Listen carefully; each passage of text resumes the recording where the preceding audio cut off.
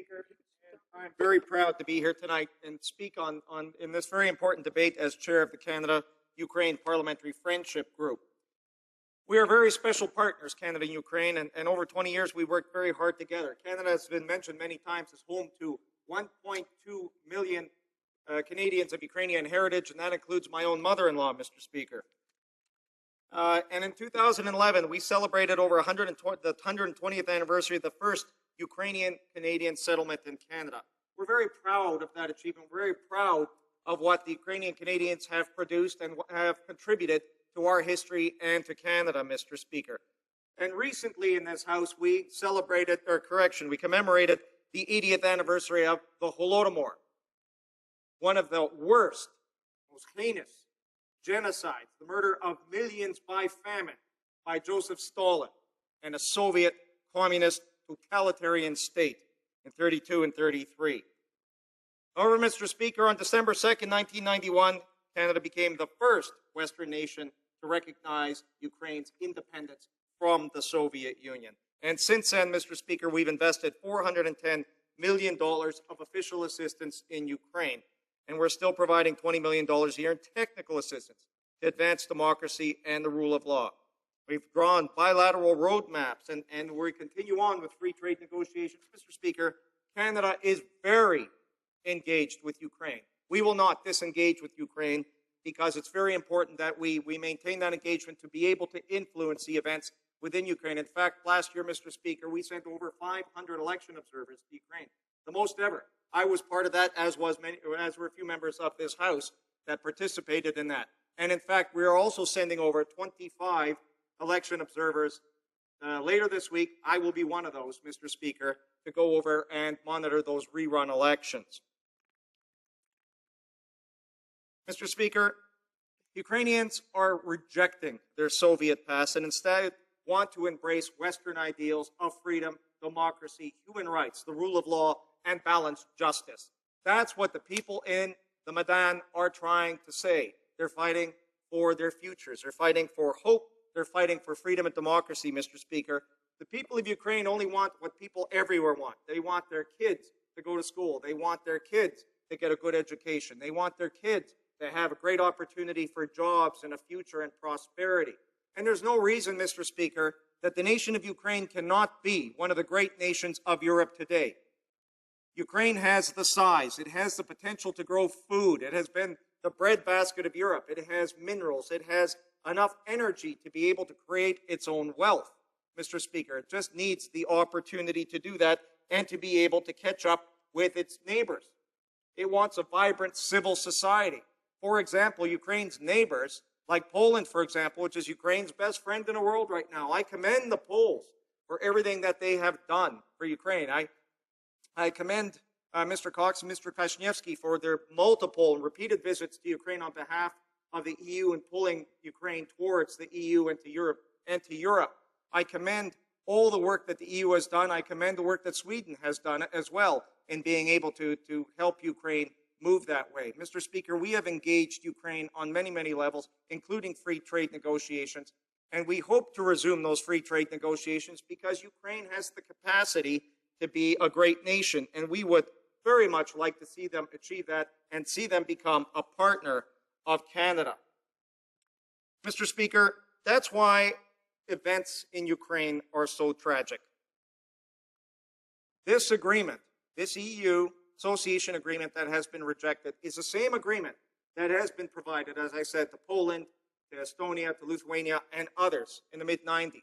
It is an agreement that allowed those nations to achieve tremendous prosperity. In fact, today, Poland is one of the fastest growing EU countries right now, economically. They're in fact often referred to as the Canada of Europe.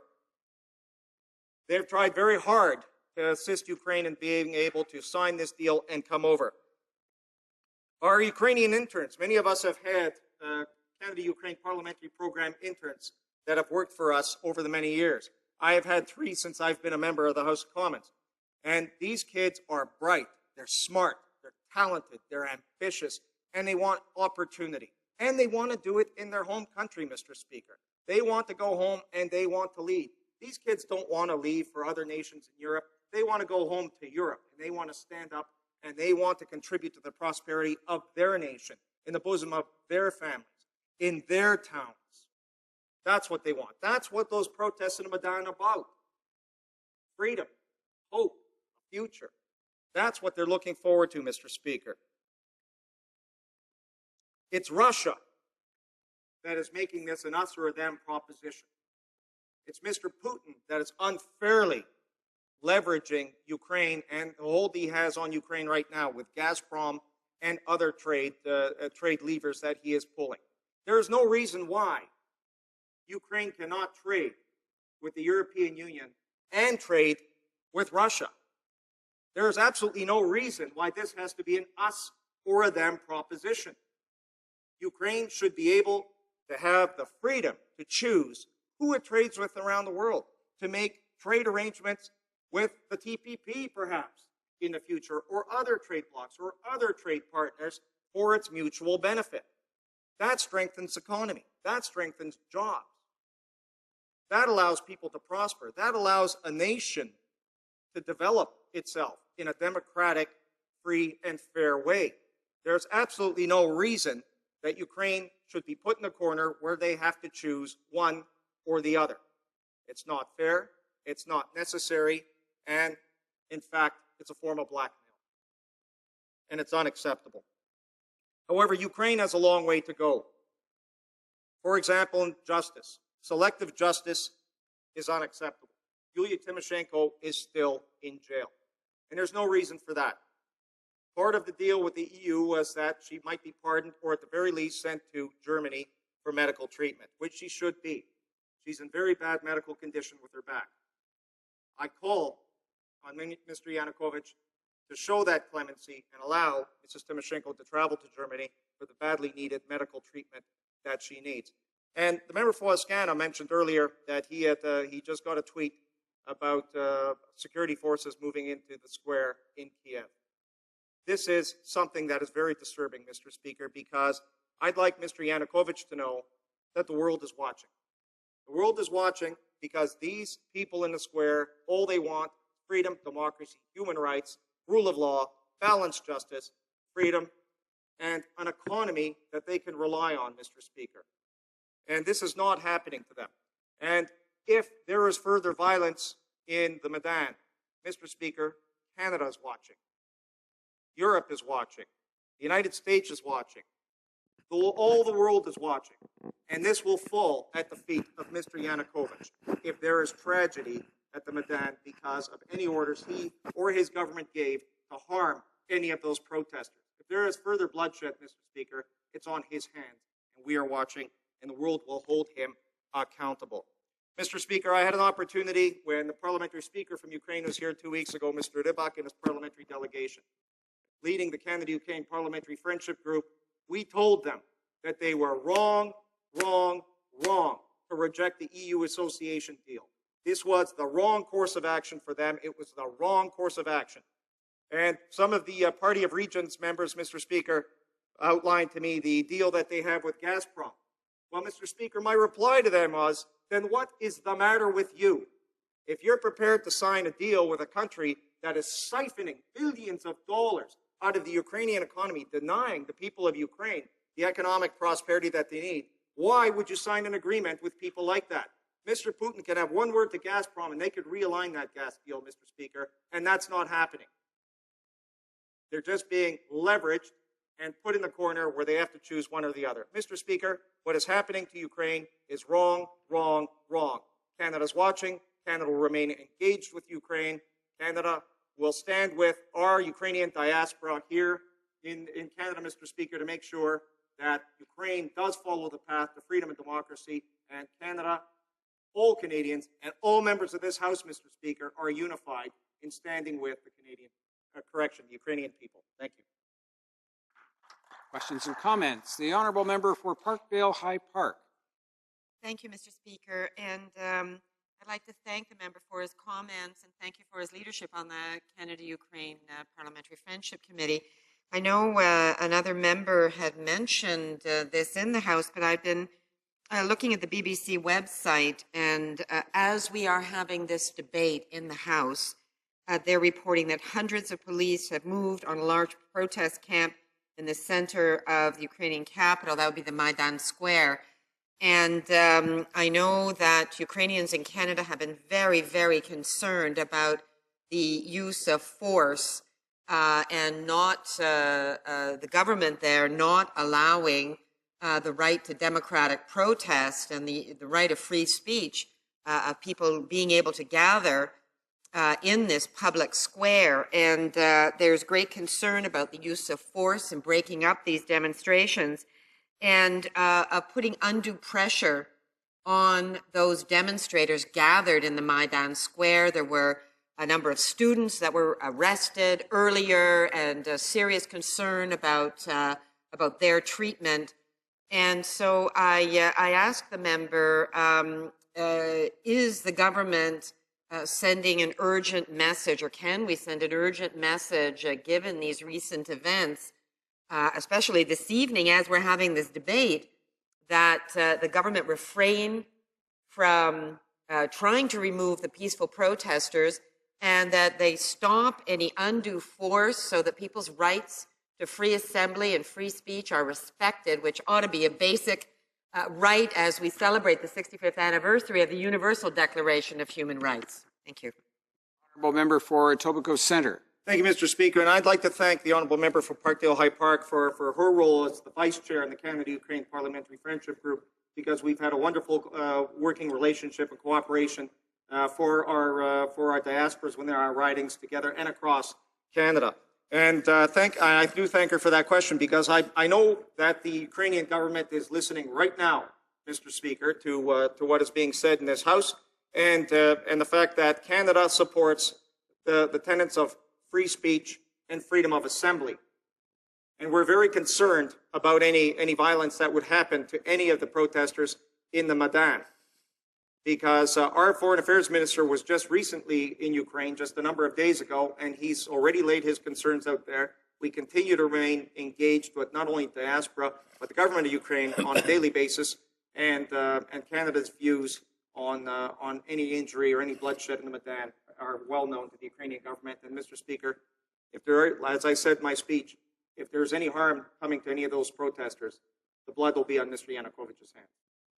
Questions and comments. The honourable member for Wascana. You're next. Mr. Speaker, let me thank the honourable gentleman for his remarks. Obviously, the concern about Ukraine is universal in this House this evening, and it's being very well expressed on all sides.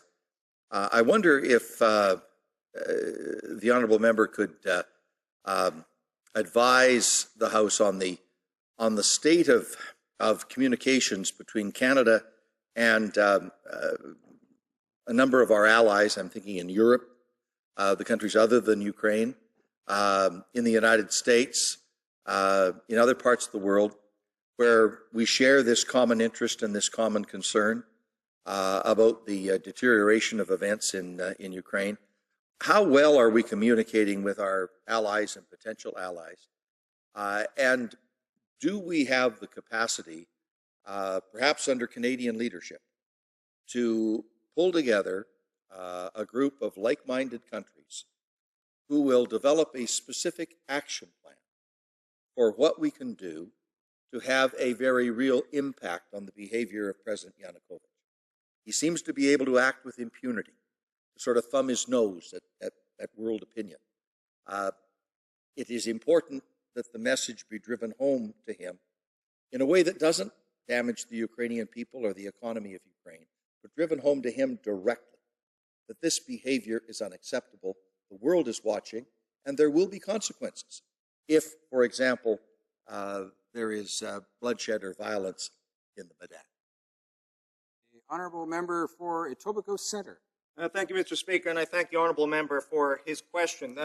Canada communicates with our allies very closely. In fact, as I mentioned, the Minister of Foreign Affairs was just in Ukraine with the other ministers from the OSCE, and many of those ministers, by the way, including our own Minister of Foreign Affairs, had walked through the Maidan, talked to the protesters, talked to the opposition groups, and demonstrated and told them that Canada supports them in all on certain terms. So that has been made very, very clear.